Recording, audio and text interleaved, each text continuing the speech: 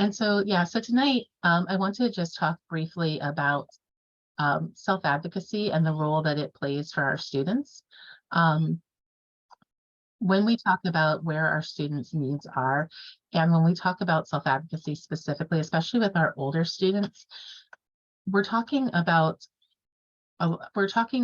student identity as well as need, because part of older twice exceptional students advocating for themselves is understanding who they are as learners and what those needs are, and then being able to express them to others. Twice exceptional students become twice exceptional adults. And so as you progress through college, um, as you progress through college, as you progress through into life and into the world, if our students aren't able to say who they are and what they need, they are going to find themselves in some of the very same stressful positions they found themselves in when they were students in elementary and high school. So a lot of times when we are sitting down at the table, especially when we're talking about our 11th and 12th grade students, and we start going through their IEPs, by the time they get to 11th and 12th grade, a lot of them have learned those skills that we needed them to learn, the reason why they initially got their IEPs. And so a lot of times what we'll do is we really start to break down how the students are getting their supports, because it's not at that point about are they using them because the teacher's always providing them, but it's also about how are they communicating? How are they keeping up with their work? Do they have a system in place that they can manage on their own? And then building in checks for them along the way that allow them to have the freedom to make mistakes, because they need to learn to make mistakes, but make mistakes in a way that isn't going to tank their entire semester or marking period. We try and build these pieces in as students are growing up, because, you know, when we get to high school, we're really also talking about credits and graduation. So we really don't want to set them up to trip and fall off a cliff and lose all their credits. But we also do need to know, can they access their accommodations on their own? Can they plan on their own? And do they know how to go to adults other than their case manager, their trusted adult, to express what it is they need? A lot of times this is going to also look like a lot of non-work on the case manager side. So you will see, especially in our older classes, for like a resource class, you will, if you were just walk in and look in the room, you might think that the case manager running this show is doing absolutely nothing. And we're really good at that because we just make it all look smooth, right? But really what's going on in the background is a lot of management, a lot of like checking and rechecking, and a lot of opportunity creating. So for example, like I always knew when my students didn't have work turned in. I could look in gradebook, right? And as long as the gradebook was mostly up to date, I could follow what was going on. But instead of telling a student, go talk to this teacher, or just emailing the teacher and saying, can you give them this work? It was a combination of asking the student and walking them through, how did I find that information out? And then also emailing on the back end to a teacher saying, so-and-so is going to come talk to you. Can you help them make a plan? So that it's not that we wanted a got you moment, but we wanted to put it onto the gen ed teacher or the other special ed teacher that they were going to make the plan with the student, not because I couldn't, but because they needed to be able to express themselves to another person. Sometimes I would make the plan with the teacher, and then it was a matter of the teacher coaching the student through what a plan could look like. And that plan could be breaking down an assignment. It could be requesting extended time. It could be requesting different testing accommodations, or trying a testing accommodation in a different way. And the purpose of all of it really, like I said, is to build them as they get older, so that they're able to do that when they say are in an office and they need to be able to tell their supervisor that, you know, they need help with managing their time. They might need help with learning how to use timers effectively in the workplace, or use Outlook is my best friend and it's color coded, because I don't work unless things are color coded, because otherwise it all looks the same to me. And so I don't move myself through my day. But when I see the different colors on the screen, it reminds me that I'm changing activities and I'm going through and doing my different things.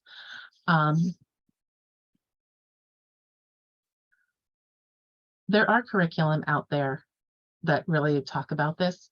There's actually a great social curriculum called Self-Advocacy for the Gifted Learner. And a lot of this also opportunities talk about how we incorporate leadership and leadership opportunities into self-advocacy. Leadership is an area of giftedness. And when we talk about, students could be gifted in math, or they could be gifted in English or art, leadership is one of those categories that we talk about giftedness in. And when we bring together the power of leadership skills and self-advocacy skills, a lot of what we're doing is we're taking that passion that our Twice Exceptional students often feel towards a cause, and we're giving them the opportunity to lead that cause into something. And by nature of leadership, what it is and what it entails, it has our kids work on, social skills, working with other peers or adults. It has them work on the idea of delegating, not holding on with perfectionistic tendencies and holding on to everything. But a big part of what it also is a student being able to advocate for what they can do and what they need help with and what they need other people to do. And using those skills in tandem will help build our students' self-esteem, and as well as that ability to recognize what they need and ask for help. I keep stopping a lot tonight. Any questions so far?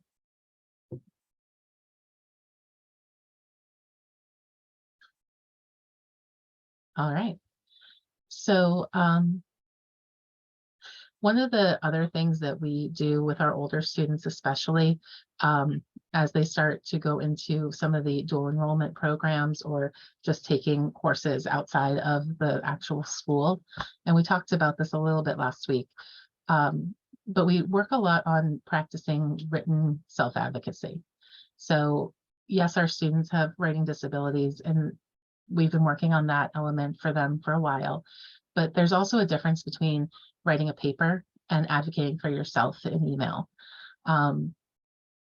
And there's also, I've seen with our students, when they're trying to be direct and to the point, sometimes they can come across as abrupt or rude or too self-deprecating. That's another one I see frequently when we're writing, where they're like, well, I kind of, but not really. And, or, I guess I'm dumb, so I need this sort of thing. And so a lot of our coaching for self-advocacy for especially 12th graders is working on how to write emails to ask for what you need. And so one practice that we've done is having students, again, use real world situations where they're writing their teachers or they're writing their professors, and we have them draft the emails before they send them. And then sit down with the case manager and talk through what it is they're asking for and who they're sending it to. We might talk about who they're copying it to. One thing that students really have to learn is when they go to college, they don't have us. They don't have the IEP team or the case manager. And even the schools that have programs that are set up like that, there's a lot of programs out there now that will support Twice Exceptional students in general education, college courses. But it's still not the same as an IEP. It's not quite the same as a case manager. It's all mostly coaching. And so it might be appropriate to copy your coach on what it is you're emailing so that they can support you. But it's not the same thing as copying your case manager, because your case manager is going to go behind and sweep up the mess and help put everything back together. And so we work on that art of identifying who's appropriate to put on an email, what you're saying in that email, what you're asking for, and then kind of the tone that you're expressing yourself in.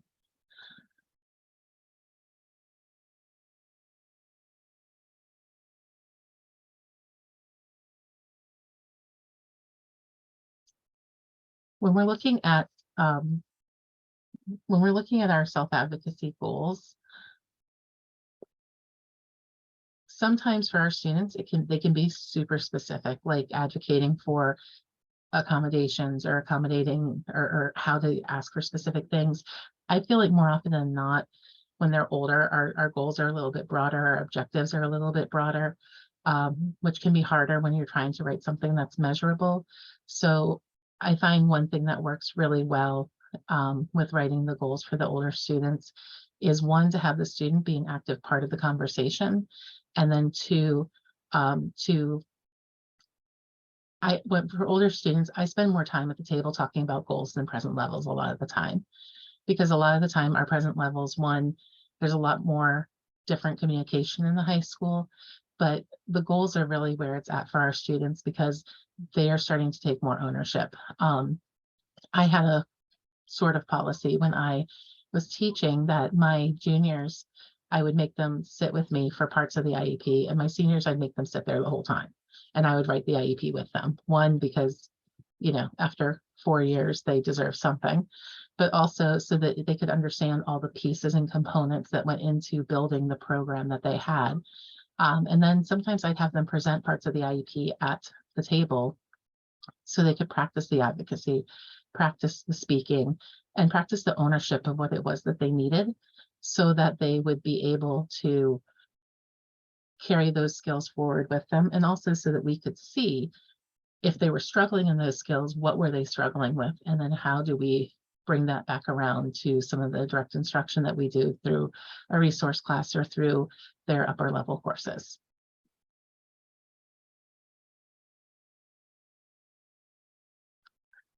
As I said from the beginning, I don't have a whole lot on self-advocacy. I really wanted to touch on it for older students because, as they're transitioning, we need to think about these needs and make sure that we're preparing them, because 90+% of our twice exceptional students go on to some form of post-secondary learning, whether it's college or trade school or Peace Corps and then college and things like that. We want to make sure that our students are getting transferable skills that can go beyond the classroom to support them. And so that's why, as older kids, that's really a big area of focus for us.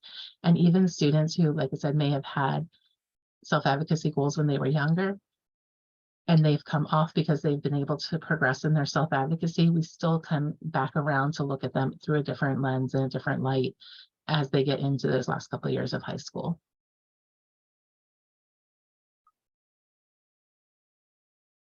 So that's a great question. Someone said, when you have the students attend an IEP meeting, do they have to have parent approval? So prior to the age of 14, I'm going to say yes. A parent can say they don't want their child to attend. Parents are allowed to invite anybody they want to a meeting. So if a parent wants their kindergartner to come to their IEP meeting, technically it's their prerogative to do so. A lot of times we will coach them on, maybe they could come in for the accommodations part, but present levels, it might be a little bit rough for a younger kid to go through because, we're really working on identifying strengths and weaknesses, and our kids, we know, are only really going to hear the weaknesses. As they get to upper elementary and into middle school, it's kind of, I think it's a combination. Some parents want their kids there for a chunk of time. Some parents really don't want their kids there at all. Sometimes we have the kids come in and talk about what they want for the upcoming year and then leave. So they're a part of the meeting, but not a part of the meeting. Once they get to the age of 14, it is required by law that they are invited. They are not required to attend, but they are required to be invited to their IEP meetings. I do know there's special rules around students with cognitive disabilities, students who are on in like that birth to 21 range. And I honestly don't know what they are because I don't work with those students. But I do know that there's certain rules. And then there's also a subset of rules for any students who have turned 18, but they are still have IEPs and they're still in the public school system. And if I recall, if they are age of majority and the parents have signed whatever paperwork they have, where they can like sign themselves out of school or they can write their own notes for being absent, they have a level of participation, but they cannot refuse special education services for themselves. So their parents still have to do that part. If they want to get out of the special education services, the kids can't dismiss themselves. But they do have other rights when it comes to participation in the meetings. I genuinely don't know if you can kick an 18-year-old out of their own meeting. It's an interesting thought. Hasn't really come up because usually at 18 we want them at the table. But if you got to a point where you're like, I don't think it's a good idea for them to be here anymore, if they're 18, I don't know if we actually can have them go. It'd be interesting to look into. Any other questions? You can put them in chat or you can shout them out.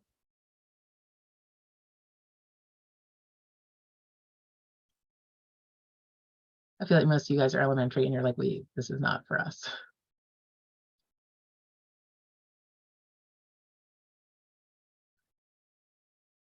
It was really interesting having my daughter attend the meetings. You know, it helped me gain some insight as to how she viewed the process too. And, you know, to see her conduct herself in this meeting, it was like, oh, okay. Yeah, she, you know, and she got really good at the self-advocacy. I was really proud of her. And then when she went to MC, she had to handle everything on her own. She had to go to an office, get her accommodation letter each semester and turn it into each professor. And like when it was for extended time on her exams, she had to go to a special office to take them and everything. She handled it very well. I was really proud of her on that. That's wonderful. And that is specifically what we're looking for. I feel like the reason that we really brought it to light, I think, is because I think Kristen's second or third year with the program and my first year with the program, we had one of our 16-year-old students who was taking classes at MC and was struggling, but we had no way to get the information. She didn't understand that she was struggling. Mom tried to get involved and mom went to the college and they're like, she's 16 years old. She has an IEP. And they're like, deuces, don't care. And so it was allowed that, and we finally got it written that she gave permission for her mom to be copied on emails. They still didn't always do so, but she always copied her mother on the replies because, again, she could invite whoever she wanted to the conversation. But the other part that we found that was very challenging, because there's no legal, per my understanding, there's no legal requirement to disability services in college. So when a student goes to the disability office, gets that letter and then hands it out to all their professors, they still have to go back to them. The professors don't go, oh, okay, and then remember to tell you to use your extended time. You have to go to them and say, I have this, I need this, this is something different that I need. And you really do have to advocate for yourselves. And so that's really where, you know, that we were learning. And then my same favorite child, I remember the first email she wrote to a professor and she stopped and she's like, I think Miss Jackson should look at this. And it's a very good thing Miss Jackson looked at it because it was not going to win her any friends. And so we spent a lot of time talking about, you know, say the sarcasm in your head, don't type it on the page. It doesn't come across as sarcasm when you're typing it. And so, you know, that's really where like we realize the importance of the skill and building it into our plan and building it into how we supported our kids. Because again, like we talked about last week, with this new change from the state saying that we actually do have to implement the IEPs, even if they are in college, and whatever isn't being done by the college team has to be done by the school team. We really need to have the kids let us know what it is they need. Because no professor is going to call me and say like, hey, so-and-so really needs this assignment broken down for her. Could you do that for me? That's not how it's going to work. It's going to be the student saying, here's my syllabus, here's the work, this is what I need help with. And then we have to kind of figure it out. So I think it's a really important skill that we're really building for our kids. So I think when it comes to like the elementary transitioning to middle school, one of the skills, not necessarily a goal, but one of the skills that I think is important for the kids to work on is talking to other people besides their classroom teacher and their special educator. And it could be helping facilitate a conversation with the art teacher or the music teacher or PE, because once they get to middle school, they have PE every day. That's sometimes a shock to them. But for students who are used to being in 1 or 2 classrooms and, they only transition, they get support for transition.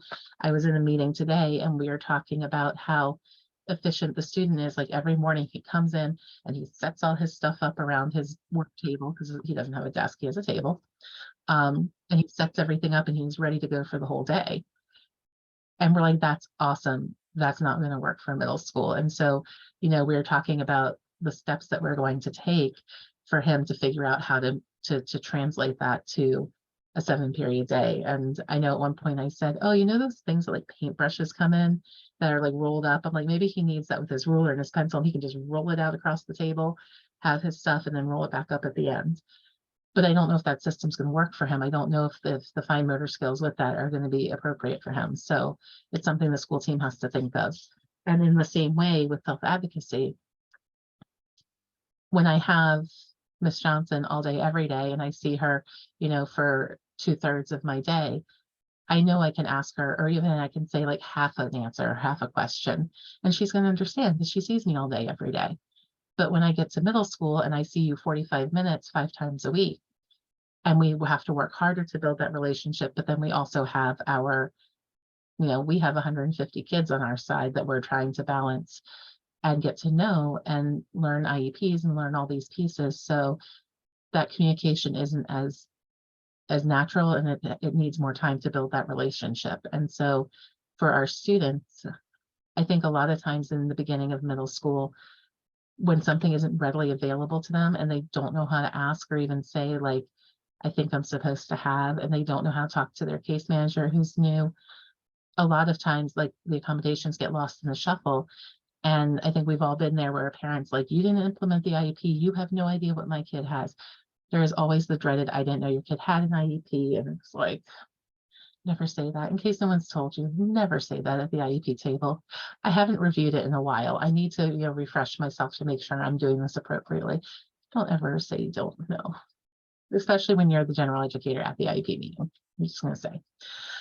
At any rate, that's where some of that practice is really going to come in, is getting them to say what their needs are, who they are, and they're all going to be in various points. Like there are some kids who have not been able to accept their disability at 4th or 5th grade, and so being able to say like I have an IEP might be way too much for them, but being able to say I think I'm supposed to have extended time, or I sometimes need extra help with things, just whatever language we can give them that is positive and reaffirming and get them to talk to more than just their homeroom classroom teachers, I think is going to be important for the older elementary kids.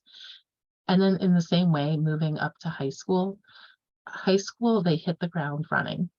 We give homework within the first week of school usually, and our middle schoolers are not ready for that. And so for our twice exceptional middle schoolers, it is so easy for the middle school to high school. It is so easy for them to fall behind, especially because they're used to having a week or so to kind of get themselves acclimatized before they start falling behind. Because, we've met our kids, they're probably behind. But if you are late from day one, you're going to be catching up from day one. And so preparing them for that and preparing them to be able to say to their resource teacher or to say to a classroom teacher, what am I supposed to be doing now? Like that sometimes is just the prompt that we need to know the student needs a little more help. But really, when it comes to the self-advocacy piece, I think because of the style of the setting between elementary and secondary, it's not quite as big of a leap from 8th to 9th grade when it comes to being able to advocate for multiple settings, because they've been doing it in middle school. But from elementary to middle, it is a big jump. So do I recommend 5th graders attending annual reviews? I recommend if a 5th grader asks to come to their meeting, that they be given some form or time, whether, like I said, whether they attend the whole meeting, a piece of the meeting, maybe they can help come up with the agenda and put a time in there for them to address the team. I think if they're asking to come, it's important to give them some time with the team. If the parents ask for it, I think we have to do it, because again, it's their prerogative who they invite as the members of their team, which includes their child. If we think it's going to be a difficult meeting, if we think that there is some things, like, I mean, an FBA is not something we probably want a fifth grader sit through. But I think being able to talk through classes, where do I need support? What do my accommodations look like? How am I going to do that? Answering some of those questions, I think those are good things to have in an IEP meeting. And so we might need to coach the parent on how to do this, that, and or how we want the student to be there. But that doesn't necessarily mean the entire meeting. And then, if a student and the family doesn't want them there, I don't think we should force them. I think, for some of them, they're not ready for it. And so we shouldn't push the issue. So I saw Lisa has her hand up, so we'll do that first. And then I'm looking at the stuff.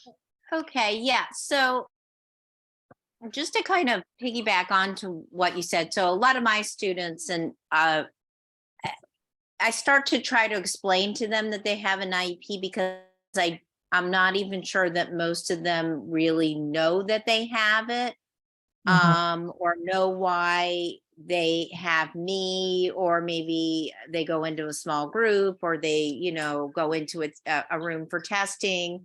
I did have, and in terms of my parents, the majority of my parents are also woefully not very informed or easy to get in touch with to inform them. I had a student whose parent, the parent speaks only Spanish. Actually, she kept him home. She didn't tell us that he was at the meeting, because she did it over the phone and he was there. So he heard a lot of stuff in a way that we may not have said and spoken that way if we knew he was there. So that was kind of an uncomfortable sort of, thing that can happen. And especially now that many of our meetings are hybrids, or they might fully be virtual. And this was one of those hybrid situations where we had the parent on the phone. Parent wasn't on the Google Meet. And we didn't realize that the child was right next to her and hearing everything, and possibly, including things that she was saying that I honestly don't know why you would say that in front of your own child. But I mean, I thought, we're pretty respectful, but we would have probably framed things differently, spoken about things differently if we knew he was there. But then just this meeting tonight has gotten me thinking about, is it something, would you recommend mentioning it to parents? Like, I'm thinking about next year. Yeah, I mean, actually, from that perspective, I think that's a good point, is, especially when we're talking about these transition meetings, whether or not they're annual reviews, if you have your annual review early and it's only transition, I think having the conversation with the parents ahead of time, do you want your child to participate? Would you like them to participate a little bit or the whole time? Like, do you want to talk about it at all? Because the other thing that I have found, and more than I would have expected, especially for twice exceptional kids, the number of parents who haven't told their kids they have a disability, and they've been very cagey about it. And some of the kids don't really know this, and other kids, they're aware there's something. And, again, your child best, but I think we also need to kind of have the conversation, how can we have a supportive conversation and tell a child that they have a disability without making them feel like they're broken. And so, it can be, it's a collaborative conversation. Is the IEP meeting a time that we want to do that? Or, are the parents doing it? Sometimes the parents ask if the school team will talk to the students. Sometimes they'll have if they have a therapist or a psychologist, talk to them. So we don't want to throw everything at the kid at once at the last IEP meeting of the year.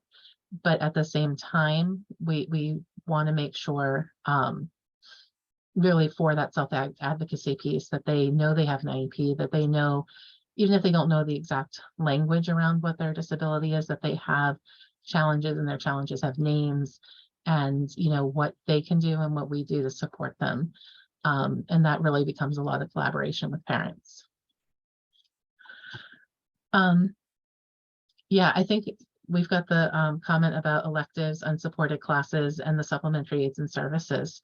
So that is a big part. And I know, just having been a secondary person, we spend a lot of time going down to the electives teachers and telling them, no, the IEP applies in your class too.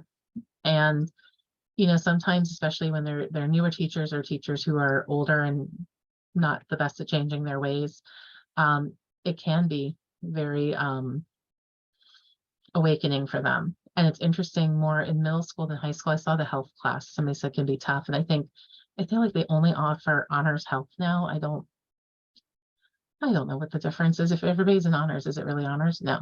But at any rate, Yeah, I thought it's crazy. It's the first year too. It's really, you know, some schools have had honors health only for a while. So, but I think this year in the county, everybody went to it. So I mean, but yeah, sometimes then we forget about the reading needs, and, you know, when you're doing some of the health stuff and you have to do nutrition calculation. And so I know some schools have started having supported health classes, especially now that I think it's a 1-year credit and not a half-year credit for health. And that's a graduation requirement. And so in those classes, we're trying more. But, you know, when we're talking about music classes, art classes, even though the interest is often higher with the kids than some of the other ones, it is a constant reminder to the teachers in the electives courses that they do have to provide those, and language teachers do too. And that is another big challenge, is teaching our world languages teachers that they have to provide the accommodations in the language they're teaching in.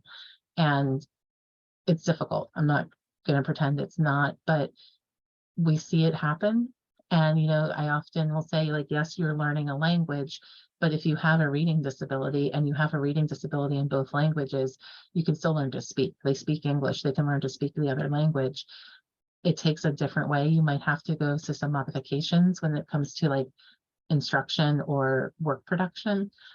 But that, you know, if that's an area of specific struggle or need, I think that's the time to like have a meeting with the language teacher to really work your way through what can we do to support each other. Because like, I know I'm not modifying Spanish. I mean, I would, but it would turn into Russian, so it would not be a good choice. But, you know, we've got to kind of figure out what those things look like. The other thing that's interesting is a lot of my students started taking Chinese and sign language, and depending on the kids somewhat, they seem to do better in languages where you don't have to worry about flipping letter order. So not true of all kids, but it is an interesting piece for them. I do see, yeah, inviting fifth graders just to meet the new RITC and ask questions. The only minor thing I have on that is, again, with knowing your kids, like I had one fifth grader we brought in, and she was a hoot and a holler, and she had so many, and finally even the attorney was just like, he was trying to like tamp it down. I was like, you know what, I will promise you, if you give me only one more question, I will drive to your school and spend a whole hour at lunch with you answering questions. And I did. I sat with her for a whole hour at lunch and just answered every question she could think of, and probably more, but she had to go to class and I had to go to another meeting.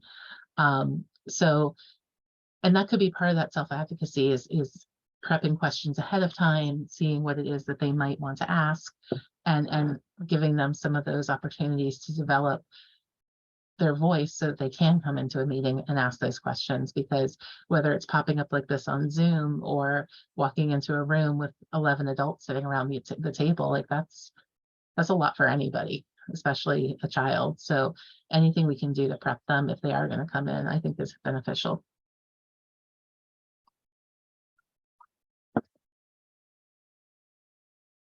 So I don't want to stop our conversation, but I do want to talk about the case study, and recording that never goes well. So if you are watching the recording and you have case study questions, please email me so that we can work our way through that.